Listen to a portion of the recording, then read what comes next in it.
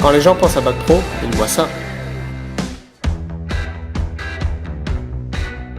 Moi, quand j'avais 14 ans et qu'on m'a demandé ce que je voulais faire dans la vie, j'ai juste dit « j'ai envie d'apprendre un métier ».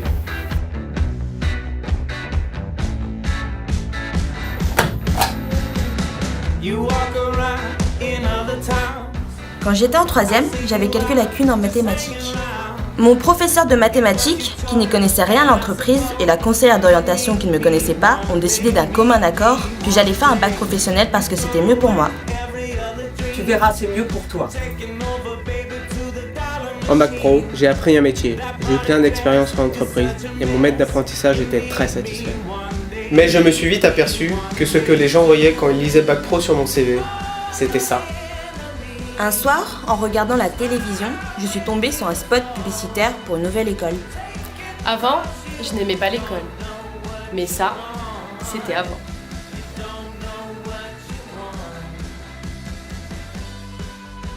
J'ai postulé. Le jour de l'entretien Vocanson, j'ai vu que je n'étais pas le seul intéressé.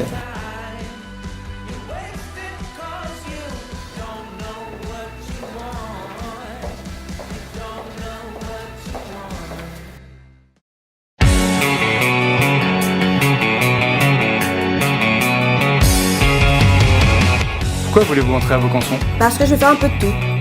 Parce que j'ai envie de faire des études supérieures. Pourquoi pas? Quelles sont vos principales qualités? Je pense avoir de bonnes capacités de communication. Débrouillarde. Volontaire. J'ai le sens de la répartie. Avez-vous un projet professionnel? Avoir un emploi déjà. Je vais créer le prochain Facebook. Disons que j'ai encore beaucoup de choses à découvrir.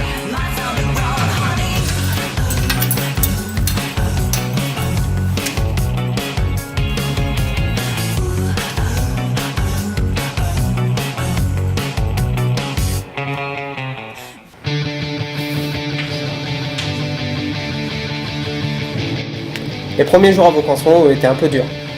La proportion marginale consommée d'un ménage, c'est la proportion consommée d'une petite unité supplémentaire de revenus, comme l'indique cette formule.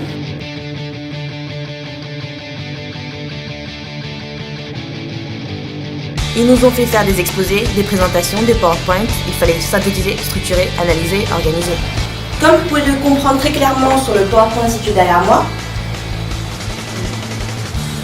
Alors voilà, pour présenter mes sources, voilà, c'est sur c'est Wikipédia. On a eu des cours de communication visuelle et web, Acquisition d'un actif, création d'entreprises et d'associations, connaissance de l'entreprise, grammaire et orthographe, comptabilité finance, contrôle de gestion revue de presse. et philosophie. Bonjour, chers apprentis, j'espère que vous avez la patate. Voici un super projet, il s'agit de développer la politique de communication d'un relais équestre qui est situé à Vimno. Vous avez une semaine, allez-y.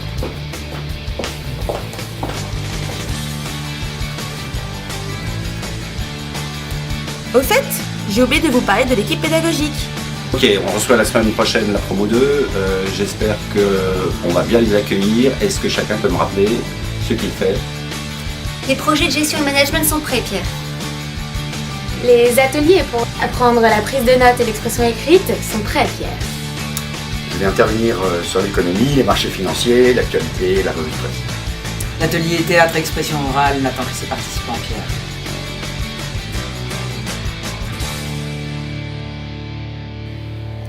Avec tout ça, on oubliera presque demain. C'est notre premier jour d'entreprise. Bon, bienvenue parmi nous. Là-bas, c'est la DGCCRI qui dépend de la DMD directement pour tout ce qui est problématique FFTO et CBA. Je vais forcément finir par comprendre. T'en fais pas, tu vas finir par comprendre. Eh bien, on va la continuer. Je vais finir par comprendre. Tu vas finir par comprendre. Je vais finir par comprendre. Tu vas finir par comprendre. Je vais finir par comprendre. Tu vas finir par comprendre. Je vais finir par comprendre. Je vais finir par comprendre. Je vais finir par comprendre. Je vais finir par comprendre. À cette époque, Milton Friedman, qui était pour les politiques de relance, Excusez-moi, mais Friedman n'était pas plutôt contre les politiques de relance, vu qu'il était libéral? oui voilà, vous avez raison, il était contre les politiques de relance, c'est ça que je voulais dire. Tu sais, Sur un PowerPoint, il faut mettre maximum 3 bullet points, sinon c'est invisible. Si tu veux, tu peux démarrer sur le rétro-planning. Et moi, je me cherche du PowerPoint. On se laisse une demi-heure? Ok. Ouais, William, c'est pour le projet restaurant, il faudrait qu'on se mette d'accord pour le menu. Ok, on a qu'à partir sur des trucs un peu classiques. Je retiens la niçoise. Ouais, mais la prof, elle a dit que ce serait mieux si on mettait plus de fantaisie dans la carte, qui serait plus en cohérence avec le positionnement. Oui, bonjour Clément, j'avais une question par rapport au FTTO. Le FTTO, tu peux voir directement avec William, c'est lui qui gère le point. D'accord.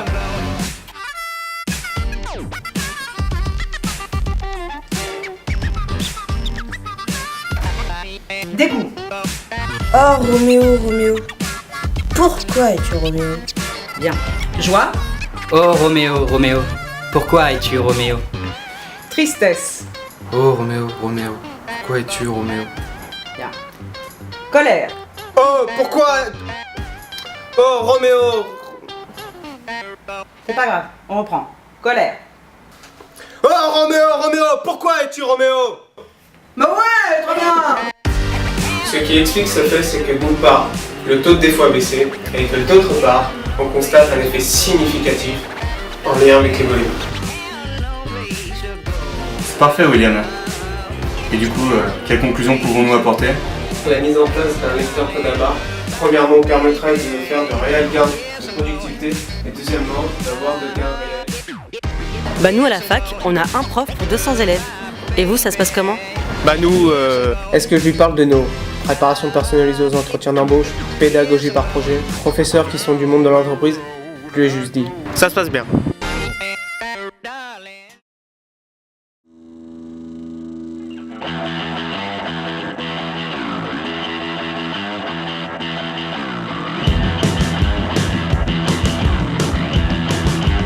Si je devais résumer mes années à Vaucanson, je dirais que c'est comme quand on part en vacances en voiture. Parfois on se trompe de route, ou on emprunte une déviation, et on se retrouve dans des lieux qui n'apparaissent pas sur les cartes. Alors on découvre des choses que personne ne connaît, et on fait des choses dont on ne serait jamais cru capable. C'est parfois étrange, parfois déstabilisant. Mais à la fin on se rend compte que c'était la meilleure partie du voyage.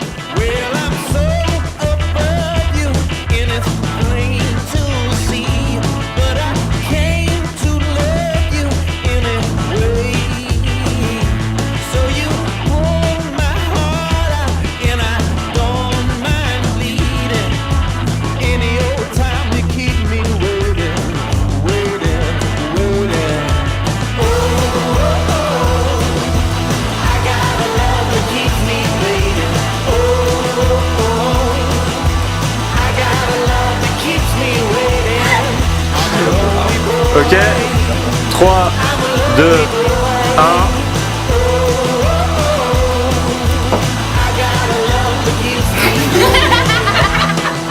Et c'est le principal. Donc tout le monde regarde là.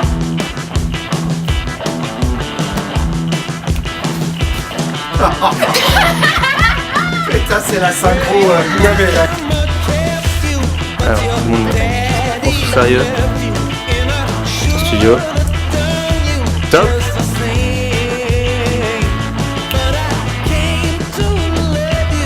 Magnifique, ouais, génial.